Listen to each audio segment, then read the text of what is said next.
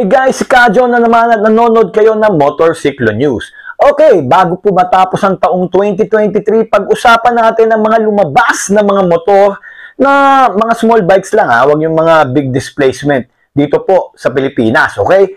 Ng year 2023. Okay, pag-usapan natin. Ito po ang mga motor galing kay Suzuki.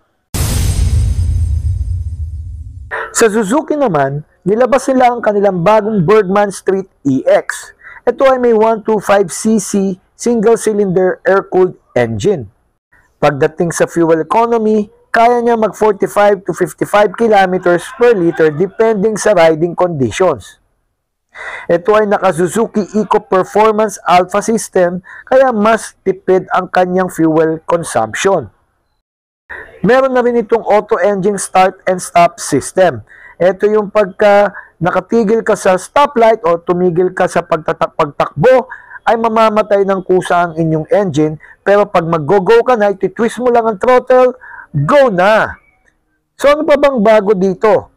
Siyempre, ang kanyang 12-inch rear wheel kasi 10 inches lang po ang previous Bergman. Kaya mas maganda na po ang stability at handling nito, lalo-lalo na sa mga straights. Sa performance review, ganun pa rin, smooth and responsive pa rin ang kanyang engine. Talagang ito bagay na bagay po talaga to sa city driving, no? Napakaganda rin kasi ng kanyang handling at stability. Talagang magkakaroon ka ng confidence pag ikaw ay nagmamaneho nito kahit baguhan ka magmaneho ng motor. Napaka-komportable po talaga nito patakbuhin. Malaki po ang kanyang underseat storage, magandang ergonomic design. At syempre, nandyan yung maxi scooter feeling at look nitong bagong EX. Pagdating po sa kanyang presyo, medyo may kamahalan po to compared po sa previous Bergman. Isa po ito sa mga magagandang scooter talaga na pwede nating gamitin pang araw-araw. At syempre, andito rin ang Suzuki Smash FI 2023 model. Ito ay 113cc air-cooled single-cylinder engine. Meron tong 60 to 68 kilometers per liter na fuel economy na totoo naman dahil nung nag-try ako nito is umabot ako ng 80 plus kilometers per liter. Sobrang tipid talaga.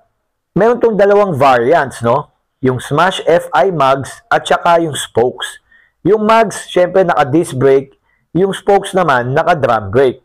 So, mas pangmasa po ang ating pong Smash spokes. Kaya mas marami ka ritong options, no? Pagdating sa inyong budget.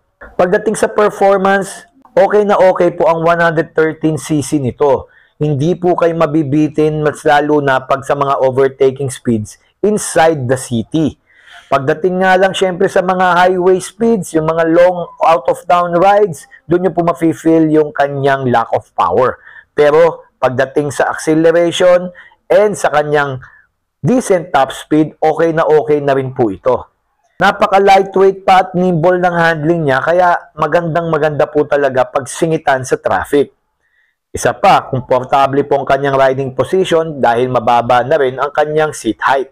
Ang Suzuki Smash FI Mags, meron pong price na 71,400 pesos. Yung spokes naman is 66,400 pesos. So, okay na okay po ito sa mga budget, naghahanap ng budget-friendly na mga motorcycles. Ano yun naman, syempre, puntahan natin ang Honda. Syempre, unahin natin sa Honda ang Honda Beat 2023 na may 110cc PGM FI fuel-injected na po ito at syempre may air cooling system at single-cylinder pa rin. Nagdi-deliver ng 8.4 horsepower sa 7,500 RPM at may 8.5 Nm ng torque at 5,500 RPM. Pagdating sa economy, meron siyang 56.7 kilometers per liter. Yan ang sabi sa kanila on paper. Pero sa real-world test namin dito, we got around 40 to 50 kilometers per liter lang. Depende syempre sa kondisyon ng traffic. So ano nga bang bago sa 2023 model ng Honda Beat? Major new features naman na dinagdag compared dun sa 2022 model, pero may new colors dito. Pagdating sa performance review, syempre ganun pa rin, agile and preppy ang kanyang engine. Very good talaga pang city commute at sa mga short trips. At syempre, smooth pa rin ang kanyang CVT transmission at napakadaling patakbuhin. Meron po itong top speed na 90 kilometers per hour. Ngayon, ang kanyang presyo, ang Honda Beat 2023, nag-start yan sa 70,900 pesos. Yan yung kanyang basic variant.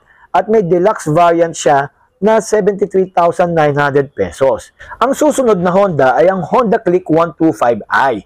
Yes, meron siyang 125cc na liquid-cooled na engine na may ESP or Enhanced Smart Power Engine at naka-PGM FI na rin at nagdi-deliver ito ng 11 horsepower sa 7,500 RPM na may 10.8 Nm ng torque sa 5,500 RPM.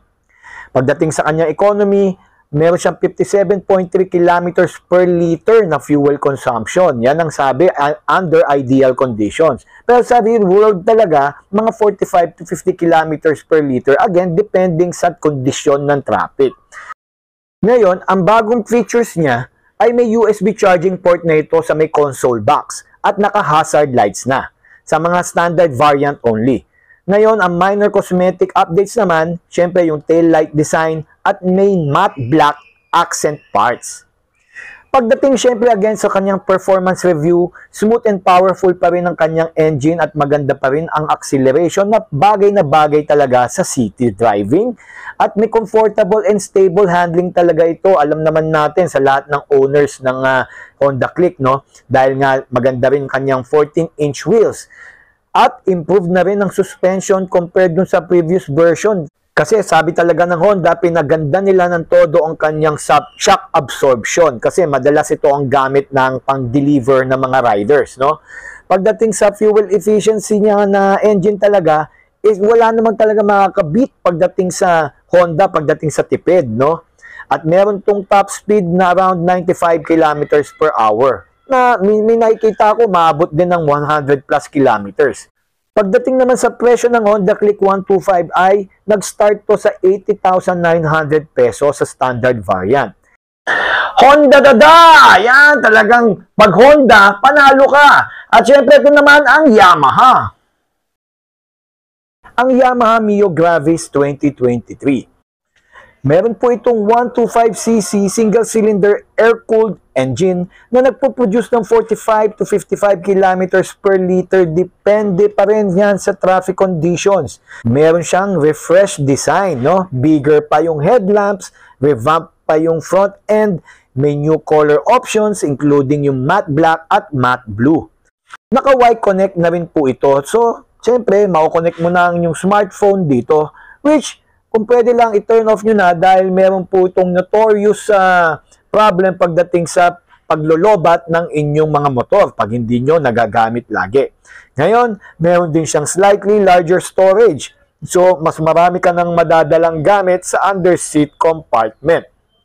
Pagdating naman sa performance review, it remains unchanged sa 2022 model at syempre, nagdi-deliver pa rin ng decent 9.38 horsepower at 8,000 RPM sa 9.5 Nm ng torque at 5,500 RPM ang kanyang engine.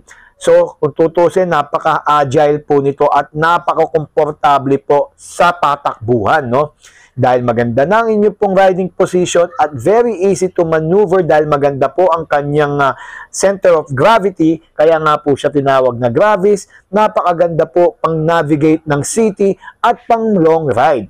Although hindi ganun kalakas ang 125cc engine nito compared sa competition, pero very good na rin at hindi ka mabibitin sa mga overtaking speeds o sa mga long drives na inyong tatahakin. Pagdating po sa kanyang price, 93,900 pesos po ang standard version. At to be honest with you guys, okay na okay po ang presyo nito. Worth it po ito pag ito ang motor o ang scooter na binili nyo. Very good po talaga ang Yamaha Gravis. Okay, remember, only Yamaha revs your heart. At syempre, di papatalo ang Kymco. Syempre, lastly, pagdating sa Kymco, ay yung Dink R150 na recently lang nila ni-launch. Ito po ay may 149.8cc single-cylinder liquid-cooled engine at meron tong 13.8 horsepower at 13.5 Nm of torque.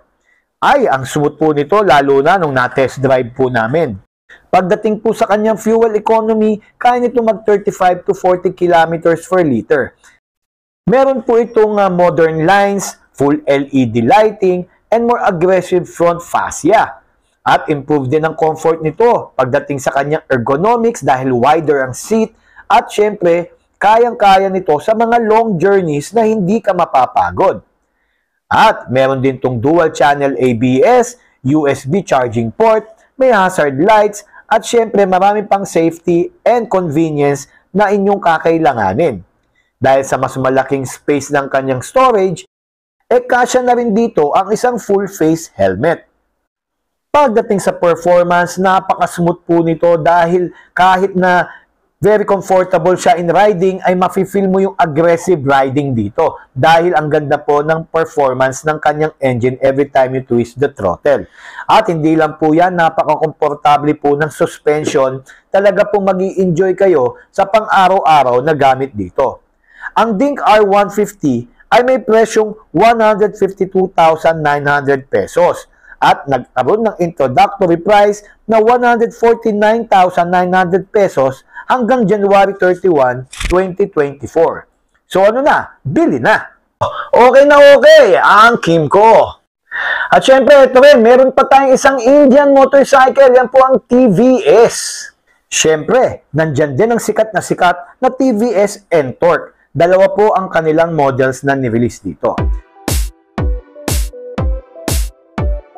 Meron itong 124.79cc na single-cylinder air-cooled engine na may 9.25 horsepower at 10.5 Nm of torque. Pagdating sa kanyang fuel economy, nakaka 40 to 45 kilometers per liter po ito. Fuel efficient na po yon sa isang 125cc. Pagdating sa performance, talaga maraming nag-enjoy sa TVS Ntorq dahil napaka-sporty ng handling, ang ganda rin ng power niya pagdating lalo na sa torque at sa kanyang acceleration, kaya nga po Ntorq.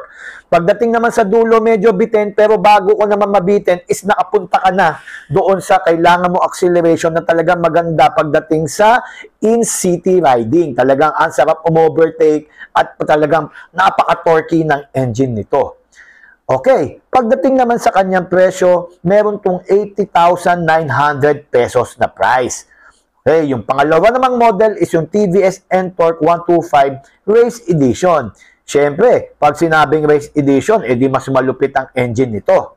Mas sportier ang looks nito dahil nga racing inspired, no? Tapos, siyempre, yung graphics niya, tsaka yung hazard lamps, meron din to. Same engine performance lang ng standard TVS Ntorq, yun lang talaga mas pinamukha siyang matulis at mas maganda yung kanyang headlamps. Pagdating sa presyo, ito ay may 83,900 pesos. Okay guys, yun po lahat ng mga motorsiklo at scooters na lumabas noong 2023. So nag-enjoy po ba kayo? Goods na goods po, lahat po ng mga nabanggit po nating motor kasi yan po ang kadalasan dinadala ng mga sikat na dealers like Wheeltech, Motor Trade, and the likes, okay? So ano pa bang nintay natin? Puntahan nyo lang po mga dealers at tignan nyo lahat ng mga bagong motor na lumabas noong 2023 o mag-abang kayo ngayon 2024 at siguradong marami rin pong lalabas. Okay guys, ako po ulit si Kadyo. Yun lang po para sa video natin ngayon. At kung di pa po kayo subscribe, click that bell icon and that like button na makuha na namin ng 100,000 subscribers at magkaroon na kami ng silver play button from YouTube. Okay? O yun lang po. Again guys, thanks for watching this video. And sa 2024, kita-kita po tayong lahat at enjoy po lahat kayo ngayong bagong taon. Okay? See you guys!